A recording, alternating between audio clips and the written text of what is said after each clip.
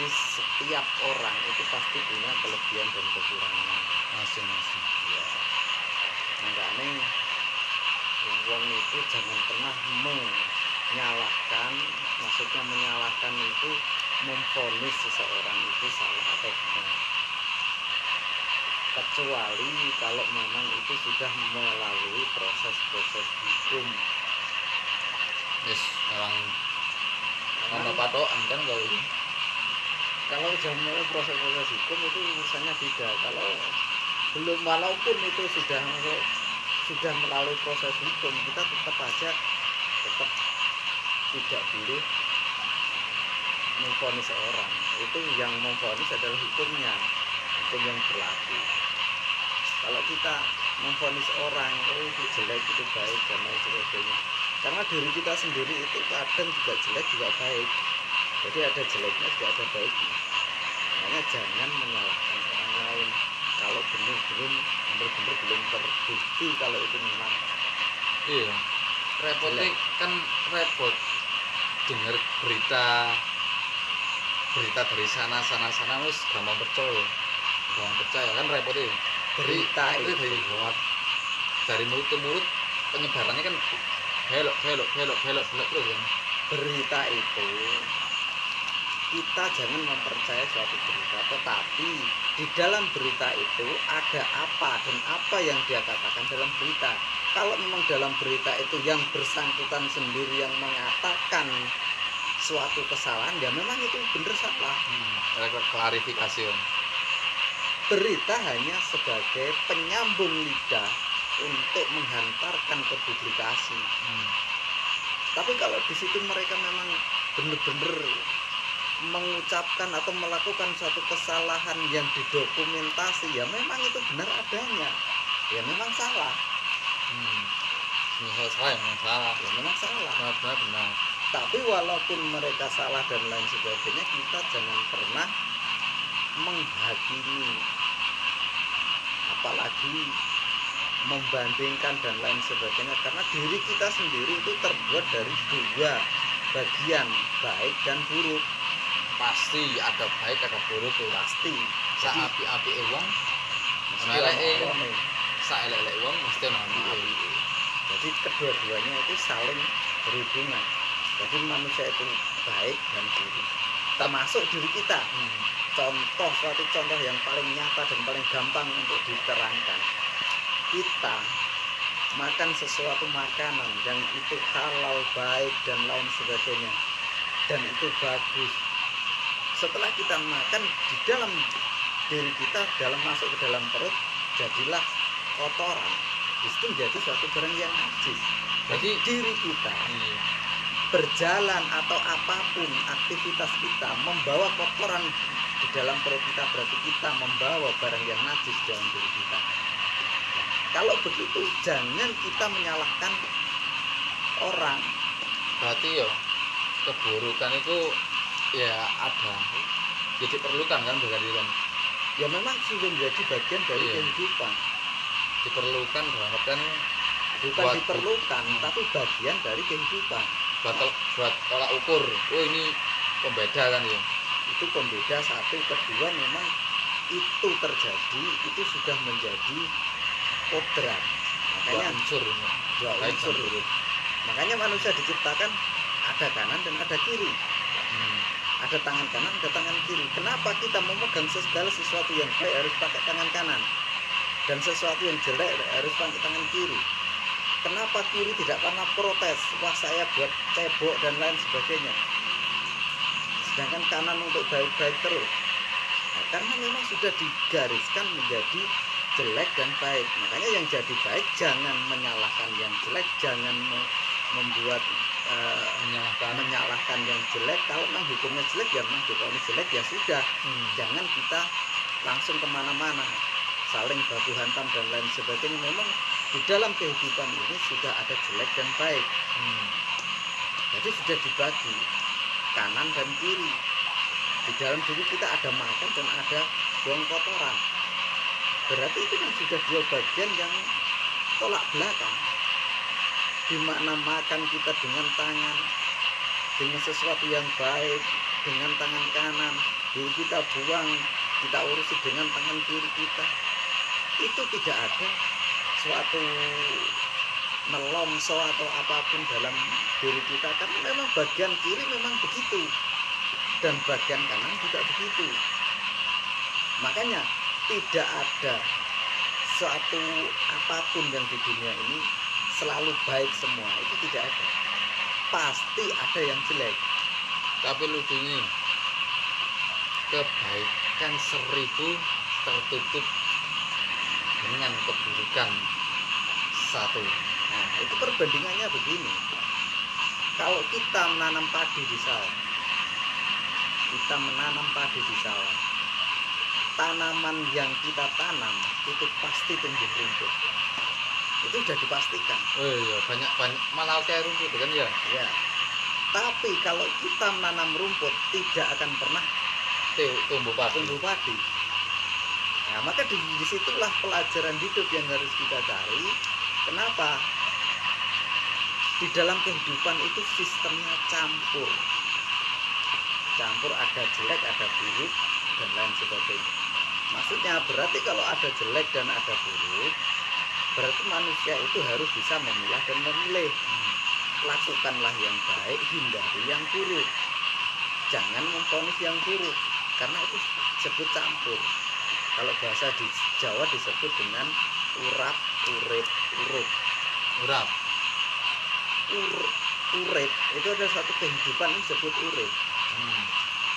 Urap itu yang dimaksud urap itu adalah campur. Bagaimana disebut campur? Karena dalam kehidupan ini ada namanya baik, ada namanya jelek, ada namanya teman, ada namanya dan lain sebagainya. Misalnya teman juga gitu, ada yang temannya Muslim, ada teman Kristen, ada teman Hindu, ada teman Buddha. Tapi karena kita hidup di dalam dunia itu harus urap, harus campur, harus membaur antara satu sama lain. Kita tidak boleh menyisih-nyisihkan sendiri, tidak boleh. Karena itu harus merangkul gitu ya. Bukan merangkul, tapi saling menghargai. Karena itu adalah sirkulasi perputaran dalam kehidupan manusia di bumi ini. Kalau masalah ibadah, masalah ketuhanan, masalah agama itu kita sendiri-sendiri. Tapi kalau masalah kehidupan sehari-hari itu kita tidak boleh memisahkan antara satu sama lain. Karena itu adalah suatu globalisasi kehidupan yang harus kita lakukan. Sama dengan halnya satu rangkaian tubuh kita, ada kaki, ada tangan, ada kepala, itu pun satu rangkaian harus saling menutupi. Maksudnya apa yang kita butuhkan, tangan kanan butuhkan, kiri membantu, kiri apa yang dibutuhkan, kanan membantu. Apa yang akan kita tuju, kaki melangkah, lah itu disebut urap atau campur. Jadi campur antara baik buruk, nah itu kita menyesuaikan dan memilah dan memilih. Tapi kita tetap aja tidak boleh, kalau urusan dunia tetap kita bersama. Tidak boleh kita hidup sendiri-sendiri, tidak boleh. Itu hukum dunia. Kalau kita menghindar dari itu kita tidak bisa. Karena apa? Pasti wis ya. Pasti. Sekarang kita kan kembali mungkin kan? loh. Nggak mungkin. Nggak mungkin sampai kiamat lah, nggak mungkin. Nggak mungkin. Apa nggak mungkin kan? Nggak mungkin. Pasti ada baik, ada buruk, Itu disebut urap. Urip, urap, urup. Urup itu urip hidup ya. Kehidupan kalau sudah campur berarti urup akan menuai suatu keuntungan, disebut urup, atau mendapat kembalian. Jadi kalau kita bisa hidup dengan seperti itu, maka kita akan mendapatkan suatu keberkahan dari kecampuran itu tadi. Hasil dari urap itu ya. Iya, hasil dari urap itu akan membuahkan urup ya, urup membuahkan suatu keuntungan dari situ. Kenapa? Karena di dalam kehidupan itu ada bisnis, ada apa, dan lain sebagainya. Itu yang saling mengikat di antara satu sama lain. kebutuhan dan lain sebagainya itu, maka itu disebut untung, karena saling diuntungkan antara satu sama lain, itu disebut untung, maka disebutlah urut. Jadi kalau sudah hidup Harus bisa bisa campur, urut, bisa saling menghargai, bisa saling menjalani suatu kehidupan di antara satu sama lain, baru kita akan mendapatkan suatu keuntungan yang didapatkan dari apa yang dilakukan depan tadi, ya gitu. Kalau sudah urut berarti mendapat suatu keuntungan dari yang ia lakukan menyesuaikan dengan kondisi dan posisi di tempat itu. Jadi kita tidak boleh kita membeda-bedakan dalam urusan dunia, tidak boleh. Kita harus selalu menghargai satu sama lain, karena semua orang mempunyai kebaikan tersendiri, keburukan tersendiri. itu sudah pasti. Makanya kan sebaik-baik manusia pasti ada buruknya, sejelek-jelek manusia pasti ada baiknya. Nah, apakah yang harus kita lakukan kalau seperti itu? Berarti kita kan harus netral. Kita harus netral untuk menghadapi semua itu. Kalau kita tidak netral, berarti kita semua kita sendiri. Yang kita hidup itu saling membutuhkan di dunia. Bukan kok hanya kehidupan nyata seperti ini, tumbuhan dan lain sebagainya, itu semua saling membutuhkan antara satu sama lain. Rumput dimakan oleh kambing, oleh sapi, setelah itu kambing atau sapi mengeluarkan kotoran jadi pupuk, tumbuh lagi, rumput lagi. Di situ harus ada sirkulasi perputaran. Dari baik rumput rela dimakan kambing demi menghidupi kambing. Ya. Dari kambing membuahkan kotoran kelihatannya jelek tapi masih bisa dimanfaatkan. Kejelekan itu mau masih ada fungsinya ini. Ya, jadi walaupun jelek tetap ada fungsinya.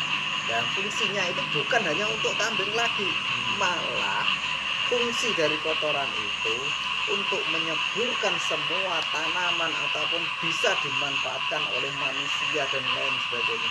Jadi kambing itu sebenarnya mulia, karena dengan dia memakan sebuah rumput dimakan, mengeluarkan kotoran bisa difungsikan dengan berbagai macam tumbuhan, dan tumbuhan itu dinikmati oleh manusia. Sedangkan kambing tetap makan rumput. Mereka tidak pernah mengeluh karena mereka tidak diberi hiburan. Tetapi bisakah kita seperti itu? Maksudnya seperti itu sebagian dari sifat mereka. Kita melakukan segala sesuatu yang untuk kemaslahatan orang banyak dan kita tidak mengeluh seperti binatang itu. Iya. Lucu.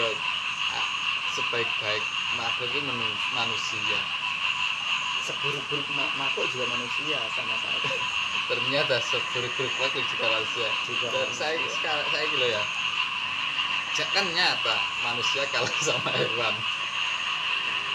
Atau hewan yang tidak punya pikiran. Padahal nggak punya pikiran. Tapi mereka ikhlas. Aduh, mereka makan rumput, kotorannya itu kelihatan kotoran itu hina, masih bisa dimanfaatkan untuk tumbuhan, untuk apapun. Tumbuhan itu untuk manusia, sedangkan mereka tetap makan rumput sisa dari manusia. Rela berkorban demi manusia, tapi manusia gak pernah menghargai. Kambing masih dimakan, sudah mereka tapi makan kodratnya kan seperti ya itu. memang kodratnya seperti itu kasarannya orang berkata. Iya. Itu seperti itu. Diperlukan mengaca pada alam itu. Iya. Saat gitu kan ya. Makanya sifat manusia dan binatang itu berbeda. binatang karena tidak diberi akal dan pikiran, maka mereka itu misalnya makan hanya secukupnya saja. Hanya secukupnya saja. Beda dengan manusia. Berapapun gitu akan masuk. Bahkan besi, bendera, paku semua dimakan. Iya. Tapi binatang enggak. Misalnya Tetap robot. harimau makan daging, ya sudah daging terus tiap hari makan daging. Coba manusia tiap hari Aspal. makan daging, ya nggak mau. Wah ini mesti bosen dan lain sebagainya. Besok ganti sop, besok ganti apa, botok, besok ganti apa, terus seperti itu. Sedang binatang enggak. Mereka dikodratkan begitu, itu yang dia makan, ya terus dia istiqomah dengan itu. Ya itu pun ada benarnya. Kalau seandainya binatang itu punya rasa bosan makan, mungkin akan terjadi kekacauan. Karena bosan makan rumput, akhirnya cari sate di pasar semua, amburadul ditubrui semua. Ada untungnya juga. Tapi itu hanya sebagai sebatas wawasan bagi manusia. Jangan sampai kita itu serakah. Kita berusaha memilah dan memilih apa yang harus kita lakukan. Bagaimana hewan punya sifat yang sangat mengagumkan tapi tidak dihargai. Bahkan memotong seenaknya sendiri tanpa menyebut nama Tuhannya dan lain sebagainya. Padahal jarang kemungkinan. Kelihatannya kan jarang orang mengaca pada alam. Padahal Tuhan sendiri menyuruh kita ikro bacalah. Nah gitu kan. Ya, Kan jarang. Kan tapi mengaca itu yang paling penting adalah kita mengaca pada diri kita sendiri. Kita mengaca diri kita sendiri, kita mengintrospeksi diri sendiri. Apa yang harus kita lakukan dan apa yang harus kita hindari.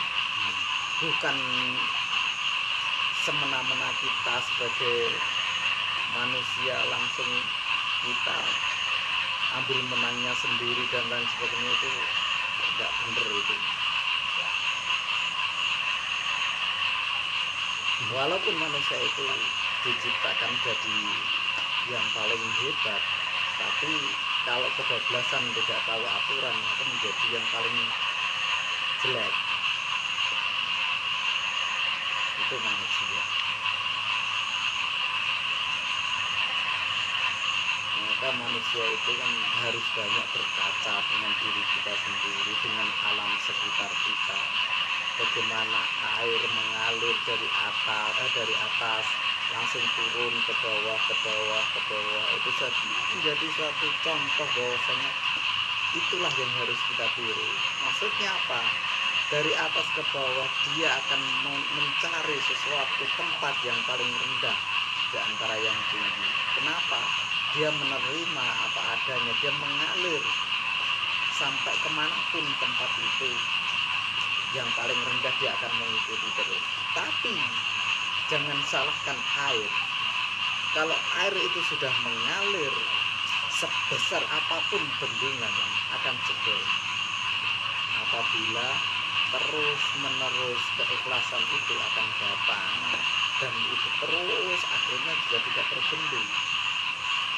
Dibendung pun tidak bisa. Selama istiqomah, keikhlasan itu akan terus menumpuk dengan kehebatan dalam hati seseorang, itu akan menjadi suatu gelombang yang cukup besar. Itu air. Jadi kalau orang pengen punya keikhlasan yang cukup luar biasa, kita perlu melihat air. Karena belajar dari air ya. Ya, belajar dari air. Air akan selalu mengikuti, Iya, dari atas turun ke bawah terus menerus sampai akhirnya ke samudra. Samudra itu apa? Samudra itu adalah kumpulan air yang paling luas di dunia. Nah, kalau sudah masuk dalam samudra, berarti mereka sudah mencapai keabadian. Maksudnya keabadian itu mereka berkumpul menjadi suatu kekuatan yang luar biasa. Siapa yang bisa menaklukkan samudra? Tidak akan pernah ada.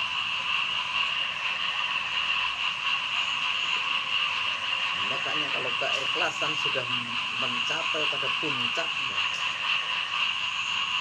mereka akan menjadi seperti samudra. Mereka punya kekuatan yang luar biasa. Ikhlas karo pasrah